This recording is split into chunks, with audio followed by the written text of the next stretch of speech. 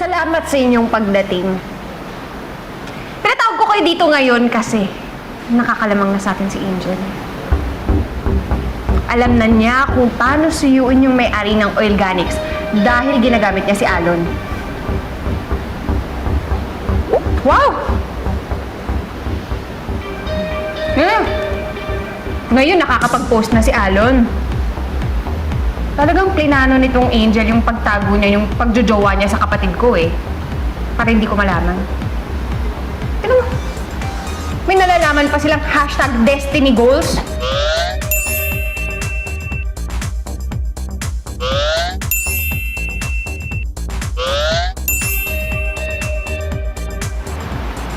Paano ba naman kasi nila nalaman na next target ng Oilganics? Kaka-email lang ni Queen kanina, di ba? I'm sure matagal niya nang nahack yung computer ni Queen. Oo, totoo yan. Tama yan, bro. Okay, po lahat. Feel ko naman eh. May talaga in your eyes. Yeah. Feel ko talaga. Yeah, right? Right. That's super... Look at hair. Sir Nathan, Miss Belle, kamusta? Nagustuhan niyo po ba yung presentation namin? Well, yes. And the truth is, sa lahat ng presentation, yung sa kanya lang ang nagustuhan namin. Thank you, ma'am. Naku, thank you po, sir. But we had to choose Angel's offer Oh, thank you. because we only do business with people na pareho kami ng paniniwala. Yes.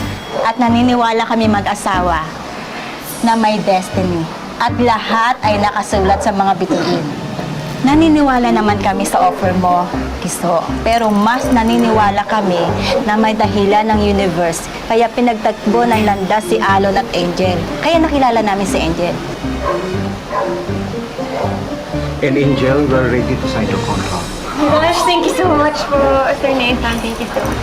Wait! Baka naman gusto nyo ding marinig yung destiny story namin. Namin! Ha? Destiny story. Ay, boyfriend ko si Kiso! Huwag po kayong maniniwala sa kanila. Hindi po totoo yung sinasabi nila. Gumagawa po lang sila ng kwento kasi gusto nila makuha yung project. Totoo ba ito? Baka pinagloloko lang kami. Baka atin to kay Queen. Kung talagang mag-boyfriend kayo, then prove it!